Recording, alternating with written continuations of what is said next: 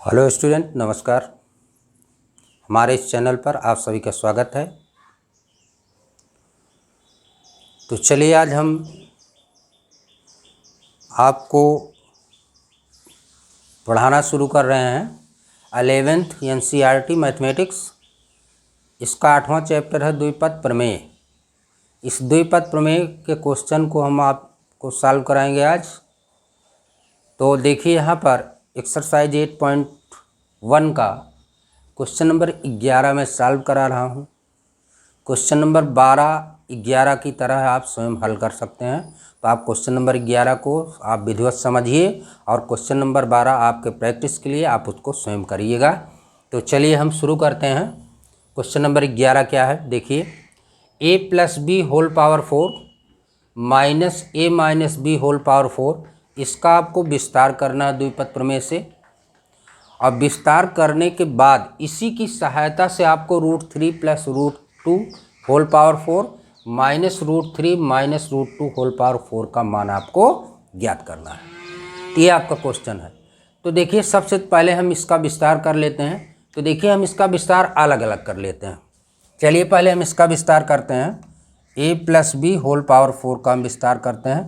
तो देखिए विस्तार करने के लिए आपको हमने बताया है कि आपको क्या लिख लेना है। पहले लिख लेना है 4c0 4c1 4c2 4c3 और 4c4। इस तरह से आपको लिख लेना। ऐसे आपको लिख लेना 4c0 4c1 4c2 4c3 4c4। इस तरह से आप लिख लेंगे। इसके बाद देखिए जो पहला आपका पद है a है। a की घात आप 4 लिखेंगे, फिर 3 लिखेंगे, फिर 2 लिखेंगे, फिर 1 लिखेंगे, फिर 0। तो देखिए यहाँ पर क्या आ जाएगा, a की पावर 4, a की पावर 3, a की पावर 2, a और a की पावर 0। इस तरह से आप लिख लेंगे। फिर जो आपका दूसरा पद है इसकी घात 0 से 4 तक ले जाएंगे। b की घात 0, b की घात 1, b की घात 2, b की घात 3 और b की घात 4। इस तरह से आप ले जाएंगे। यहाँ बीच में आप प्लस लगा देंगे। ये देखिए बहुत आसानी से आपका ये विस्तार हो गया। इसका विस्तार हो गया। अब आपको इसी को सॉल्व कर लेना है।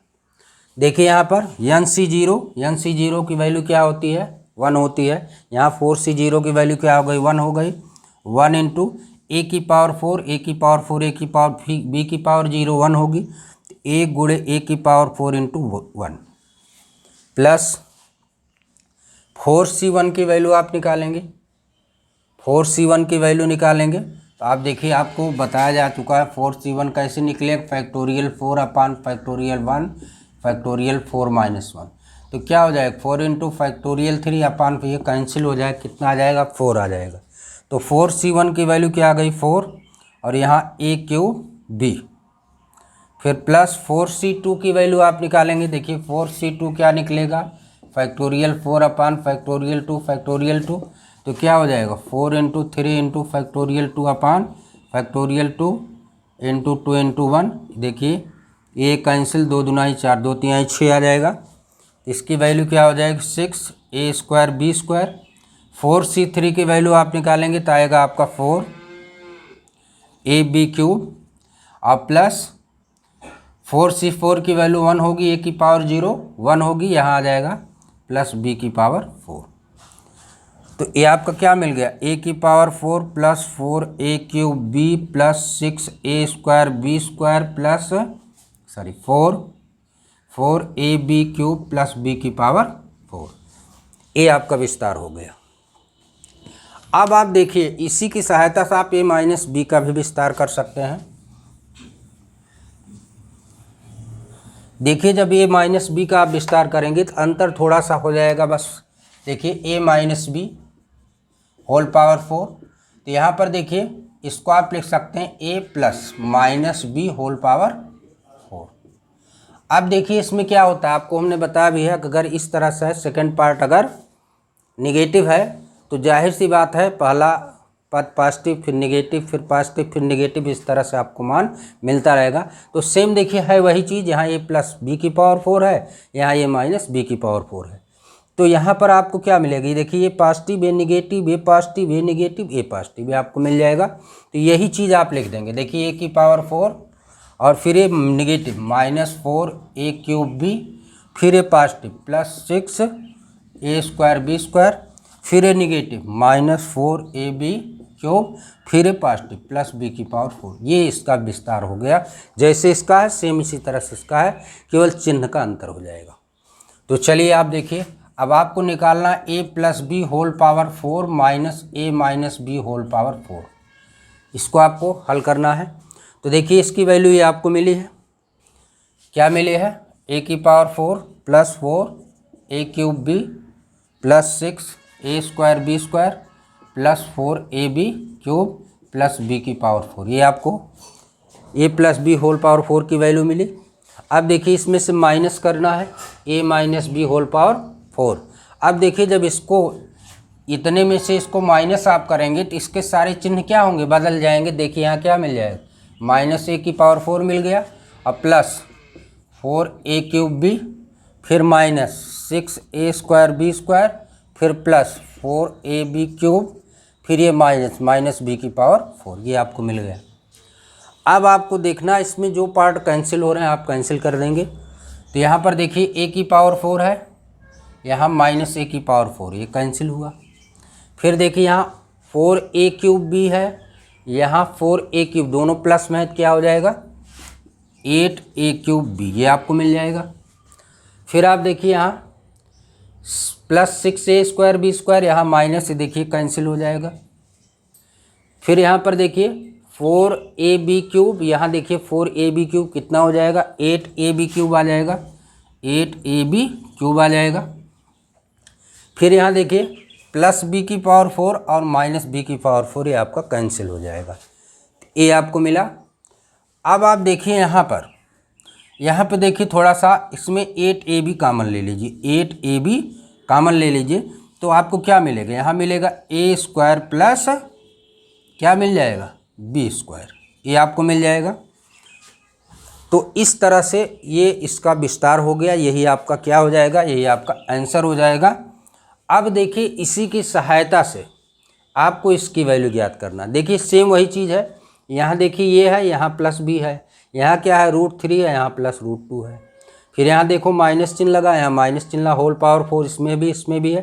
तो a के स्थान पर इस दोनों में आप क्या देख रहे हैं, a के स्थान पर √3 है और b के स्थान पर √2 है। तो अब आपको क्या करना, सेम इसी में a बराबर √3 तथा b बराबर √2 रखने पर, इसी में आप रख दीजिए। a के स्थान पर आपको क्या रखना है √3 और b के स्थान पर क्या रखना है √2। अब आप इसी में रख दीजिए। देखिए 8 a के स्थान पर √3 इंटू b के स्थान पर √2, फिर देखिए a² का मतलब √3 का स्क्वायर, b² का मतलब √2 का स्क्वायर। चलिए तो देखिए क्या हो जाएगा, इन दोनों का गुणा आप करेंगे √6 हो जाएगा, तो आएगा 8√6 इंटू, अब देखिए √3 का स्क्वायर 3 होगा, √2 का स्क्वायर 2 होगा, 3 + 2 कितना हो जाएगा 5 हो जाएगा। तो आपको ये क्या मिल जाएगा 8 × 5 = 40 √6, यही आपका आंसर हो जाएगा। तो ये था आपका क्वेश्चन नंबर 11। सेम इसी तरह से आपको क्वेश्चन नंबर 12 को सॉल्व करना है और सेम यही है, आप उसका अभ्यास करिएगा। जैसे 11 आपको हमने बता ही दिया है, 12वां क्वेश्चन आप स्वयं हल करिएगा। तो चलिए अगला क्वेश्चन हम लेते हैं।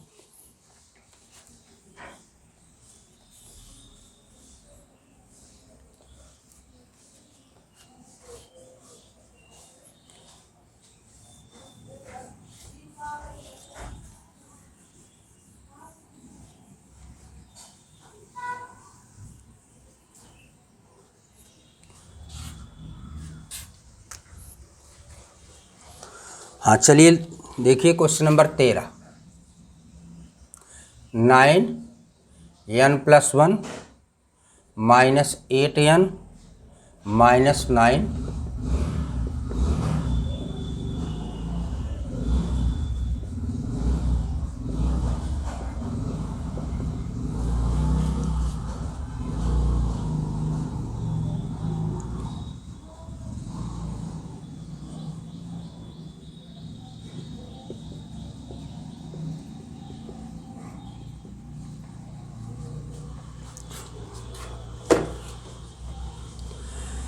चलिए अगला क्वेश्चन हम शुरू करते हैं। क्वेश्चन नंबर 13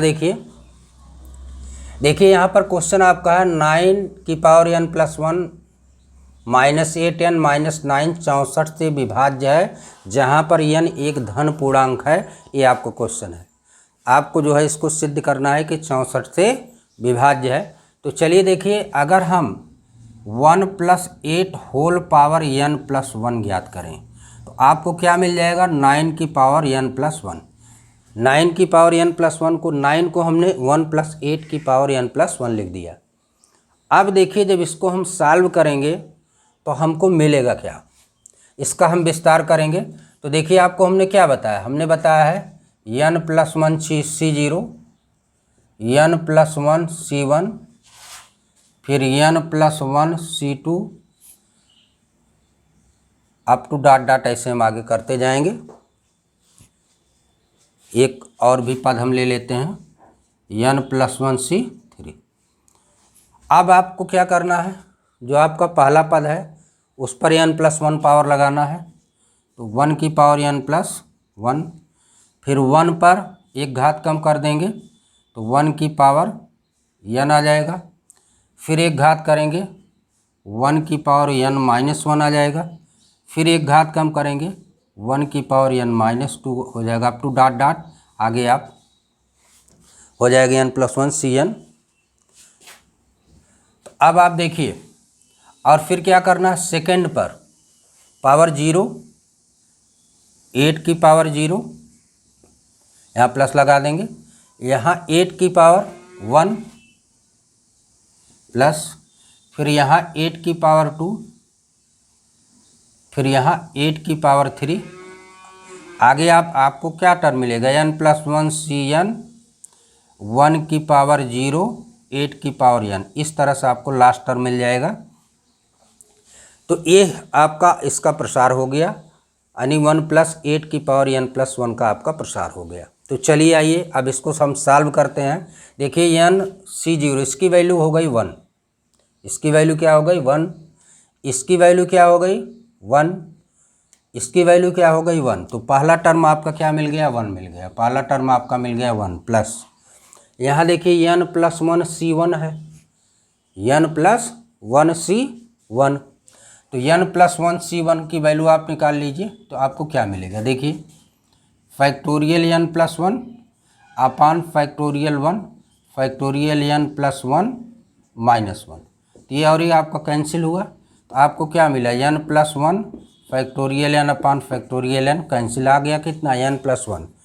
तो यहाँ आपको क्या मिल गया, यहाँ आपको मिल गया n+1 इंटू क्या मिला 8, यहाँ क्या मिला n+1 C1 की वैल्यू क्या मिल गई n+1 इंटू 8 प्लस, अब आप इसकी वैल्यू निकालेंगे तो क्या मिलेगा आपको, यहाँ देखिए क्या है n+1 C2, n+1 C2 निकालेंगे, या रहने दीजिए, कोई ज़रूरत नहीं इसकी निकालने की। फिर आगे आप क्या लिख सकते हैं, लिख सकते हैं प्लस n+1 C2, 8 का स्क्वायर यानी 64 हो जाएगा, प्लस आगे n+1 C3, 8 की पावर 3, फिर n+1 Cn, 8 की पावर n, ये आपको मिल जाएगा, ये मिला आपको। अब देखिए यहाँ पर 9 की पावर n+1, इसी की वैल्यू आपने ये निकाला, 9 को हमने 1 + 8 में तोड़ दिया और इसके बाद इसकी वैल्यू मिला, यानी इसकी वैल्यू हमने 9 की पावर n+1 की वैल्यू क्या निकाला। अब देखिए यहाँ पर मिला कितना 1 + n+1 into 8 plus n+1 C2 into 64 plus n+1 C3 8 की power 3 up to n+1 Cn 8 की पावर n, ये आपको मिला। अब देखिए यहाँ पर 9 की power n+1 is equal to, देखिए ब्रैकेट खोलेंगे तो आपको क्या मिलेगा 1 + 8n+8, ये मिला आपको, plus n+1 C2 64 plus n+1 C3 8 की power 3 up to dot dot. अब देखिए यहाँ पर 8 और 1 क्या हो गया, 9 हो गया, और ये 8 है, ये बाएं तरफ आप ले आएंगे 9 की power n plus 1 minus 8n minus 8n minus 9, ये बराबर आपको क्या मिल जाएगा, ये बराबर आपको इतना मिल जाएगा।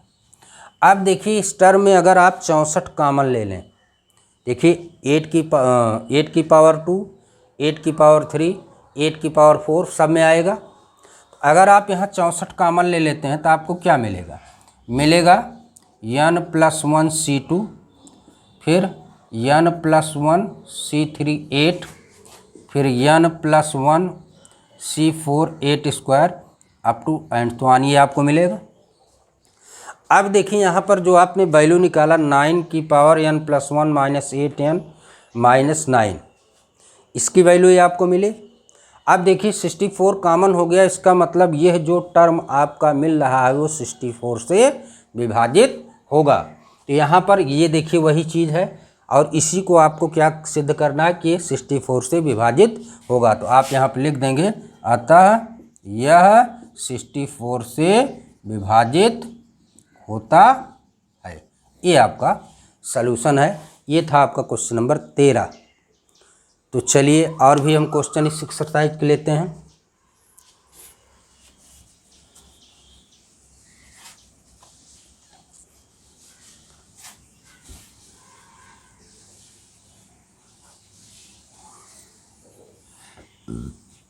चलिए अगला क्वेश्चन हम देखते हैं, question number 14।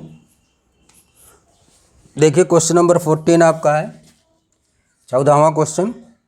Sigma r is equal to 0 to n 3 की power r n c r that is equal to 4 की पावर n, ये आपको सिद्ध करना है। तो चलिए हम शुरू करते हैं। बहुत आसान क्वेश्चन है, LHS से बाएं पक्ष से, बहुत ही सिंपल क्वेश्चन है।